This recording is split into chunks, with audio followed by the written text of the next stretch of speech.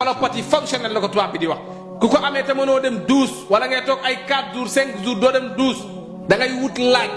boo wutee laaj nga boole ko ak lem. di ci jël kuddu suba kuddu bëccëg kuddu ngoon. da ngay dem douche te doo am benn problème. kon ñoo ngi ko amee feebar yooyu noonu ngay utiliser. laaj laaj bu fekkee dañuy ñëw ci problème mystique nee naa dafa am ñaari façon.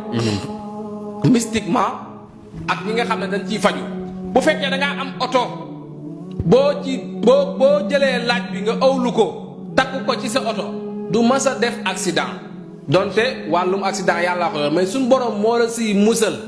ba yow doo mën a def accident. moom laaj da koy def même boo ko ëwee ndaxte laaj boo ko ëwee dafay demee bu moom xeeñaay bi noonu bu beesaay bi la rek. waaye su demee ba wow dootu am xet. boo ko taxalee xale kenn ku ne xam ne classe Ibrahima bi ne xale dañoo dëgër bopp ci mbedd